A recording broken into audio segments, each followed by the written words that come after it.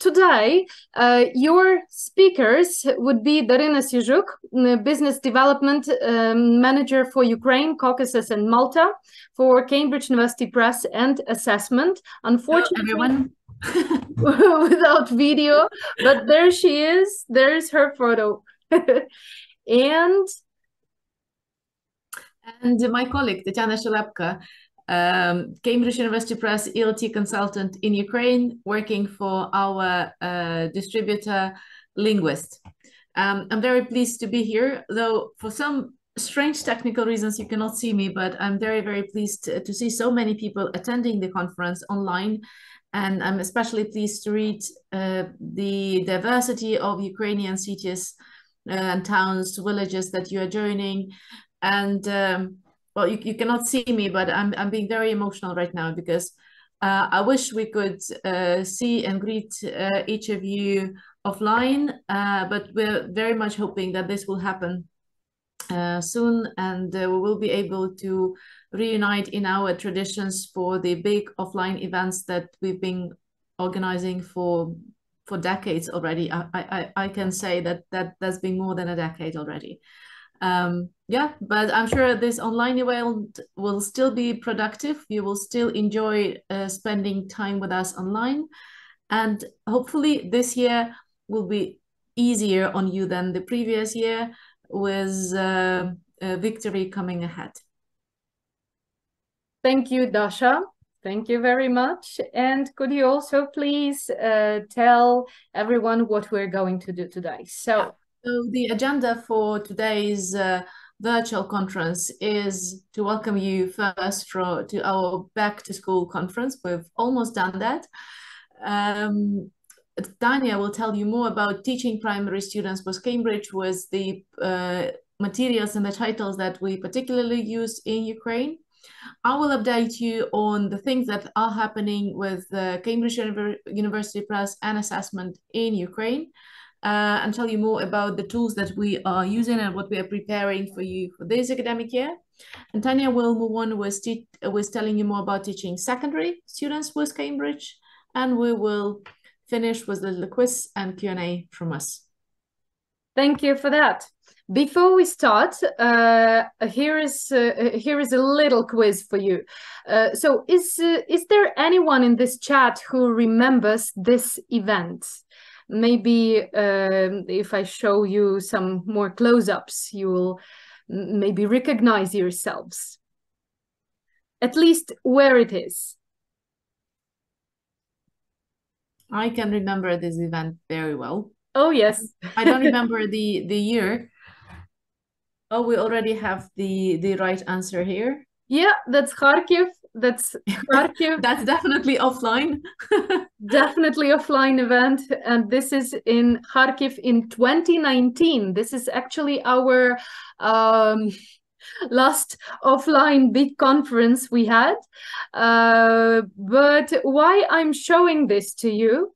Because we really, really miss offline events, and Dasha already mentioned it, that we really wish we could visit all the cities with our book exhibitions and exam exhibitions and everything. But what we can do now is at least to make a screenshot of your favorite part or a selfie while you sitting at home maybe or at school and listening to us here. Post it on Facebook and you can see the QR code to our Facebook page, or just tag Cambridge English Ukraine in your Facebook account, and we will be really thankful if you do that.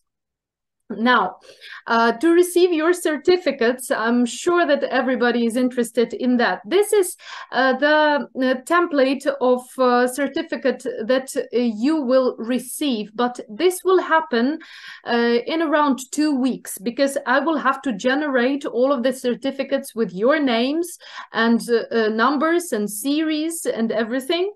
They will be available after you receive the thank you letter where you will find a feedback form.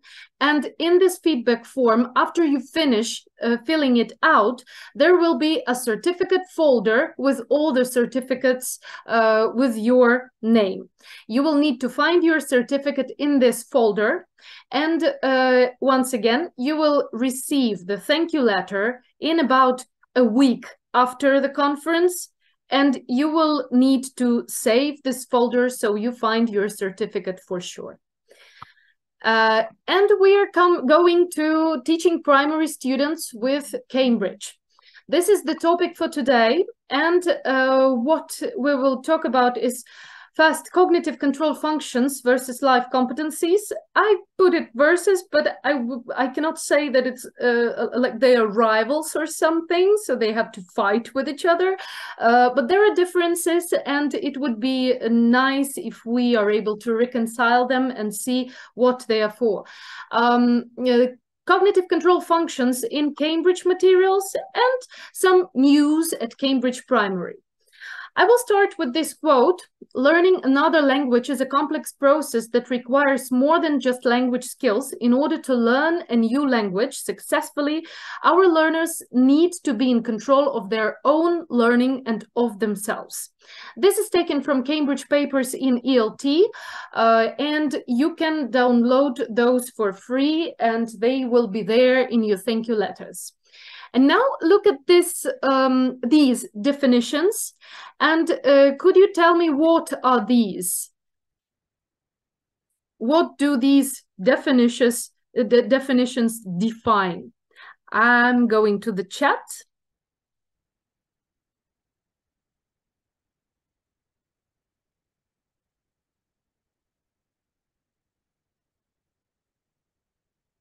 Yeah, skills. These are definitely skills. What kind of skills? 21st century skills, okay. Maybe someone can tell us. Okay, I see critical what, critical what. Competencies, thank you. These are competencies. No, this is not Bloom's taxonomy. Critical thinking. The first one is critical thinking. Perfect. Maybe there someone can tell us what else. We can see what else is defined here, except for critical thinking.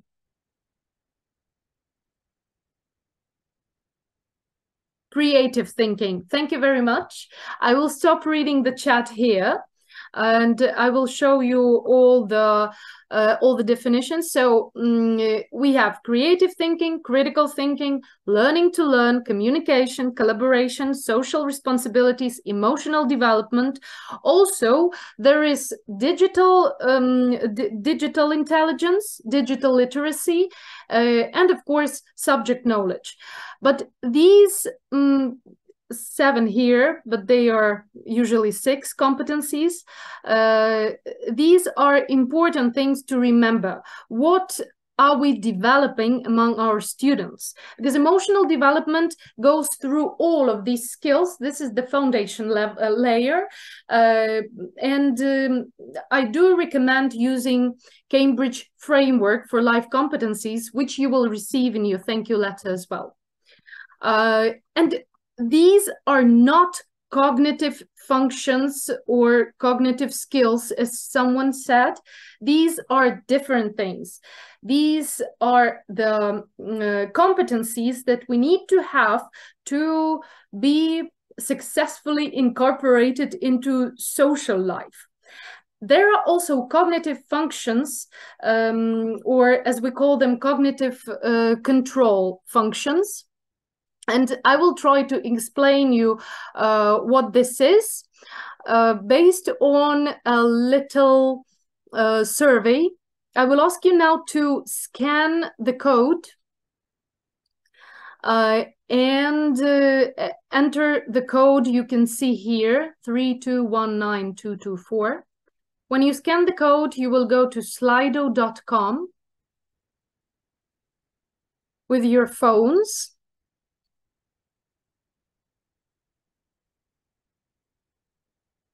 we are doing some digital literacy task here. So you scan the code, or you go on the internet and insert slido.com. Yeah, perfect. We see first answers. You don't have to answer with a code. So the question here is, imagine the situation. You enter classroom and students look at you and start laughing. What do you do? And let's follow the answers.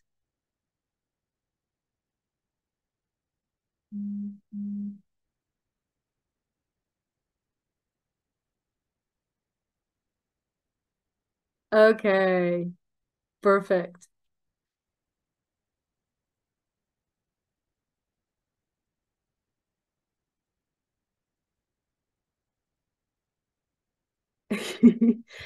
This is so cool that everybody will start laughing with them and smile. Laugh together. This is perfect. I love Ukrainian teachers.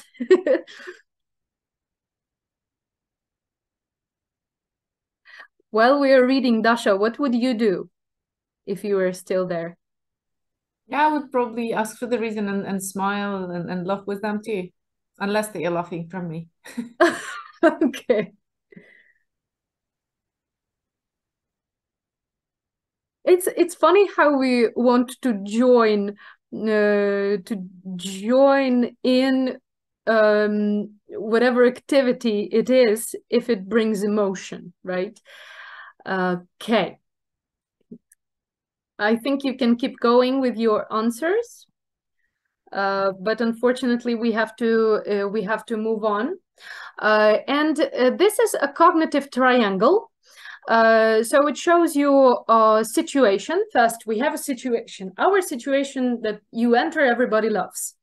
And then we have very different strategies before we go to action. Yeah, I asked you, what will you do? So I already asked you about the action, but we also need to understand what we feel and what we think at this moment. And this is the automatic cognitive process that happens in our brain based on our previous experience. So here is the situation. Then that's something I would think, yeah, something wrong with my hair.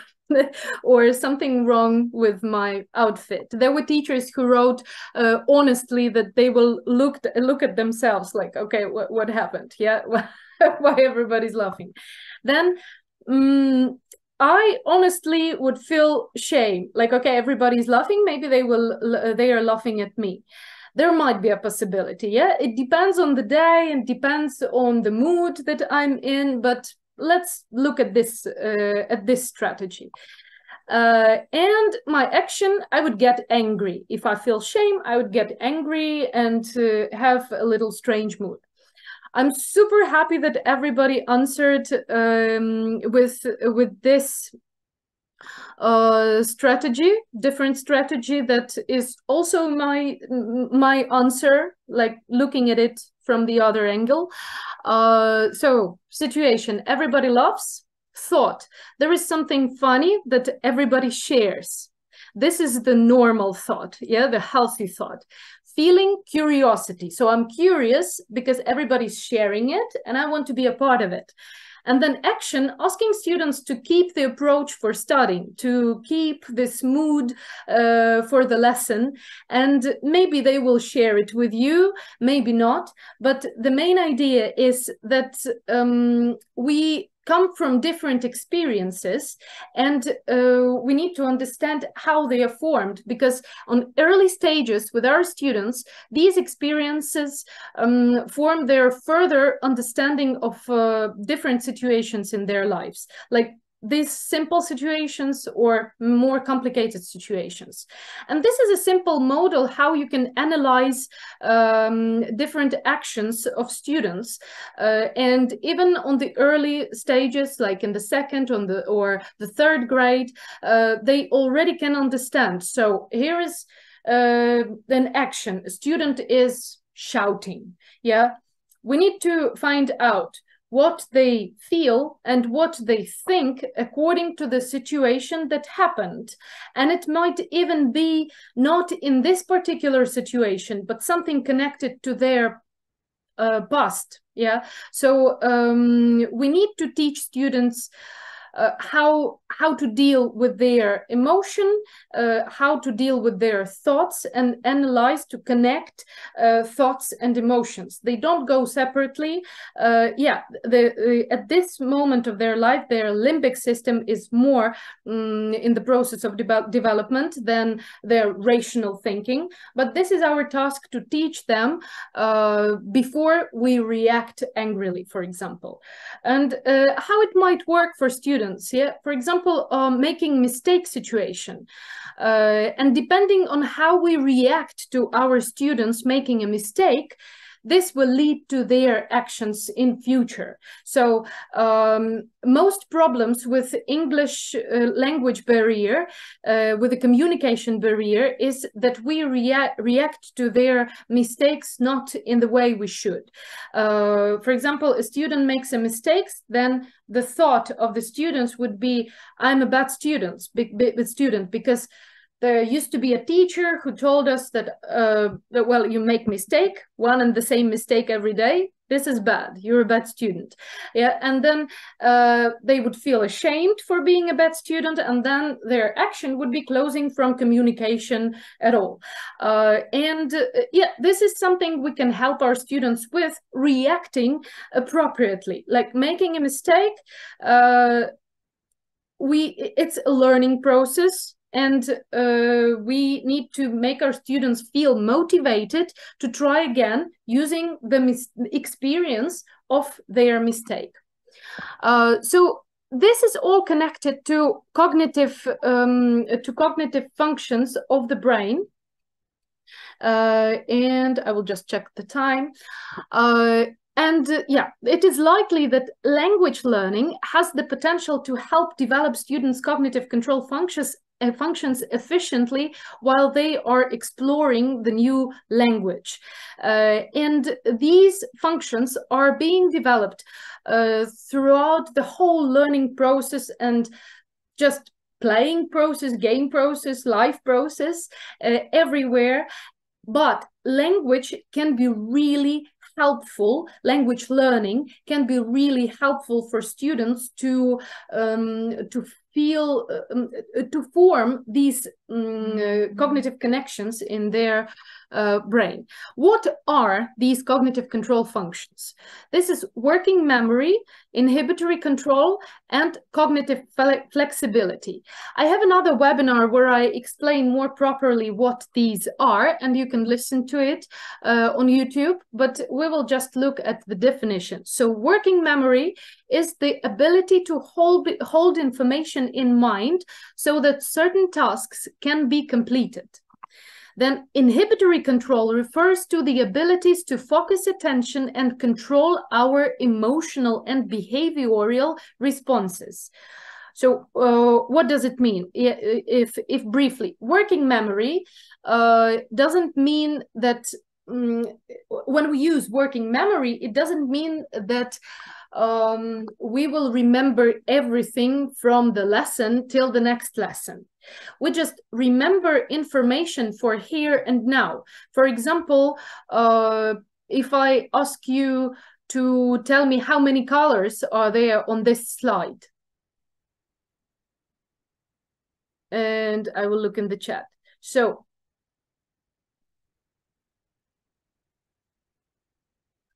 somebody says 3 colors, somebody says 10 colors, depending on how we see colors. Yeah, but then I move to another slides, and there will be different colors.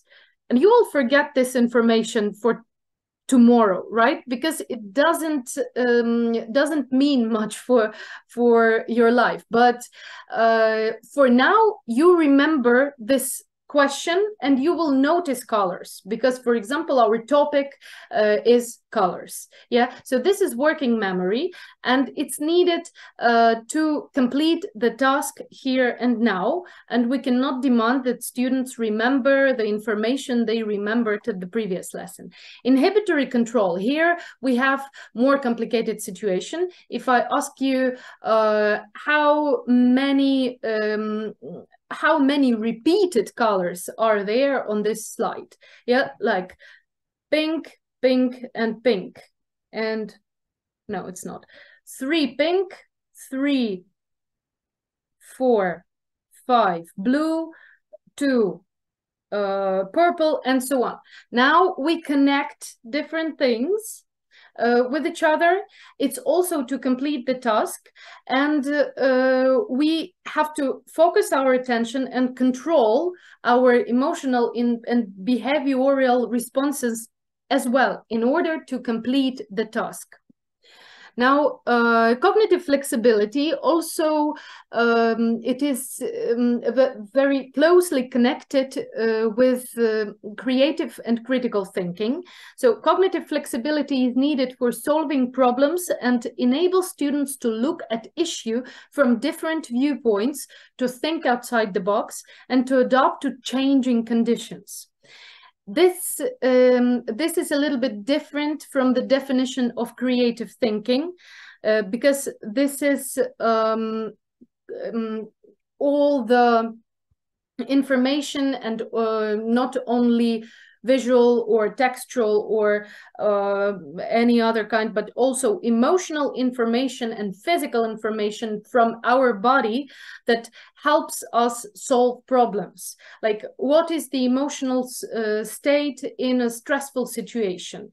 It, of course, influences how our body works in this moment, how if we get scared when we hear an answer from a question from a teacher, it will be different. Yeah, so this is all connected to this cognitive flexibility. So the main difference is that the studies of cognitive control functions refers to the neuropedagogy and new studies on the ways human brain works and develops. Cognitive control functions define the way we think and map our lives and map the world in our lives. While life competencies are rather connected to social well-being of a person and success in their studying or workplace, these are, as you were saying, soft skills or 21st century skills, and they can be developed throughout life, considering proper development of cognitive control functions at the early stages of students' lives. How we can improve cognitive control functions through English language teaching. First of all, there should be activities enhancing cognitive control functions. And I will show you these activities in our Cambridge materials. Using self-talk to enhance cognitive control skills, whole class motivational interventions aimed at developing self-control strategies to create a can-do classroom culture. And the last one, developing study strategies and metacognition. These are a few statements that you might read more about at the brochure that you will find as well in the thank you letter. For us, it's interesting what are the strategies, and I will show you one of these strategies. So how we develop students' inhibitory control or mindfulness.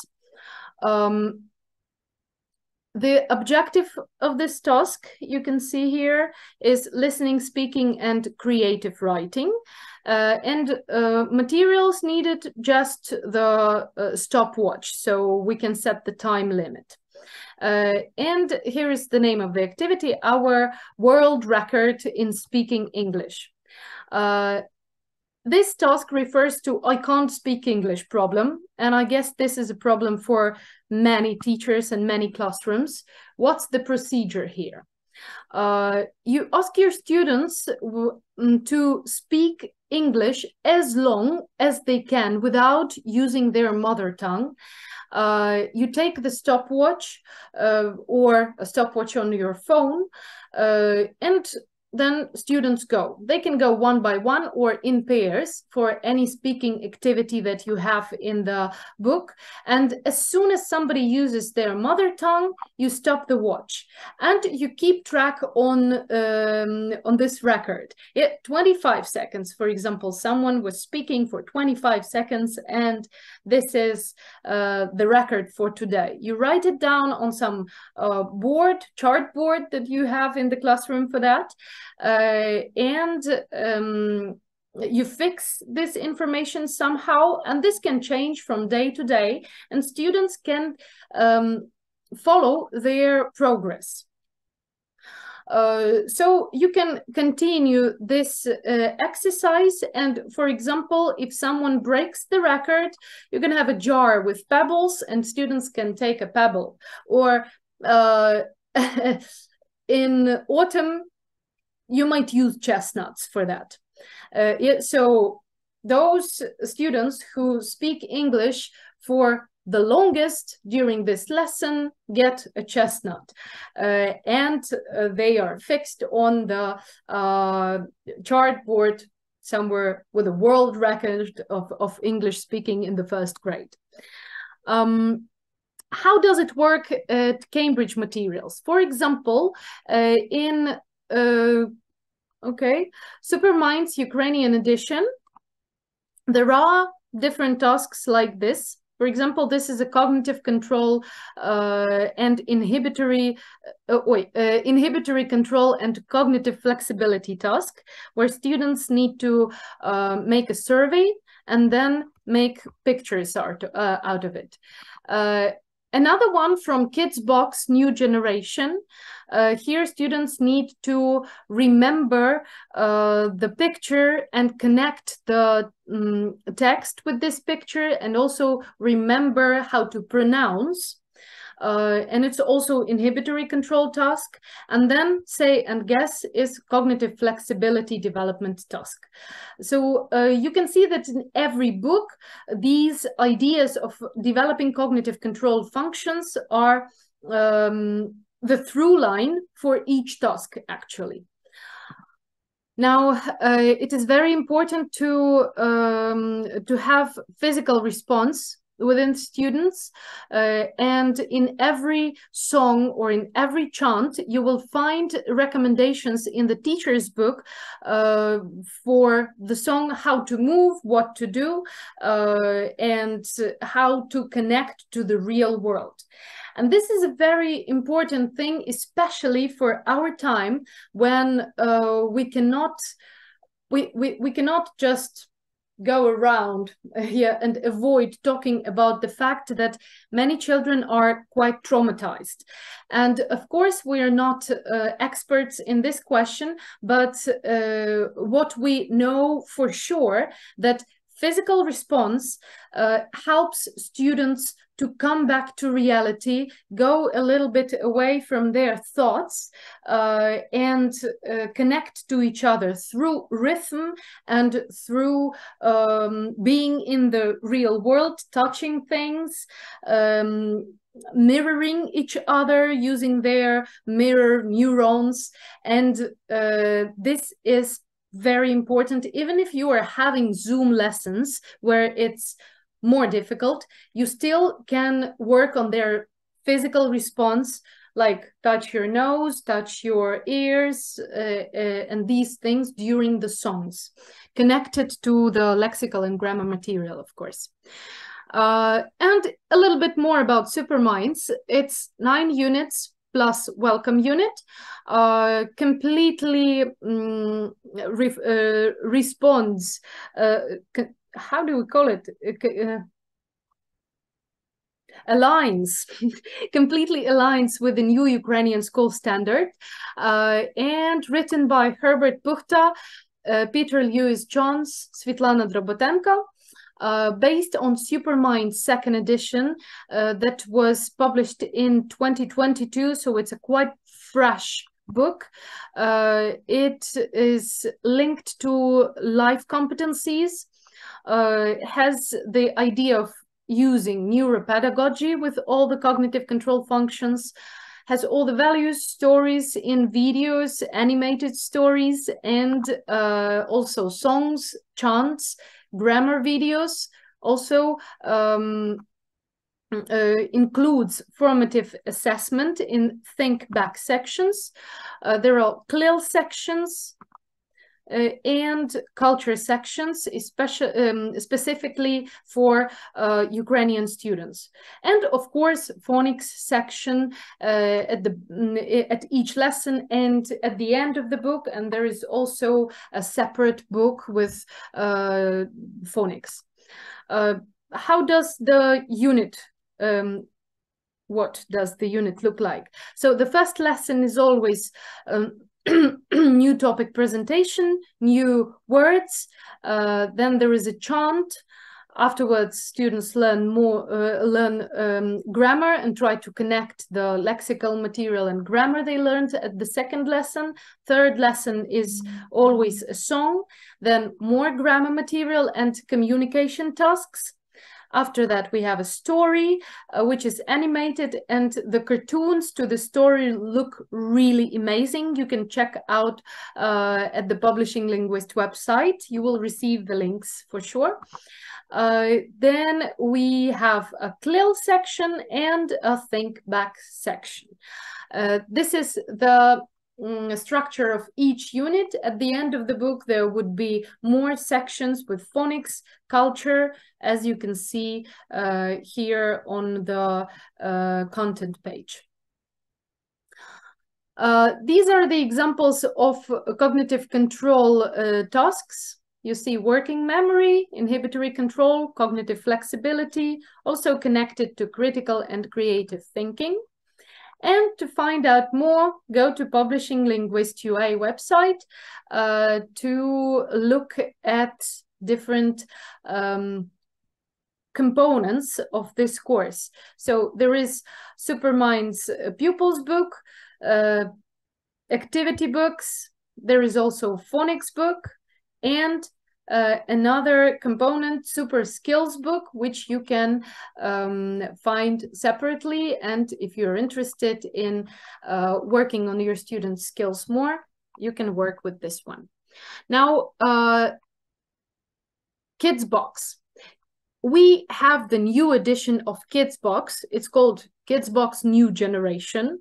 And you see that this is the classic course for a new generation. It's bigger because it has more mapping to Cambridge Life Competencies framework.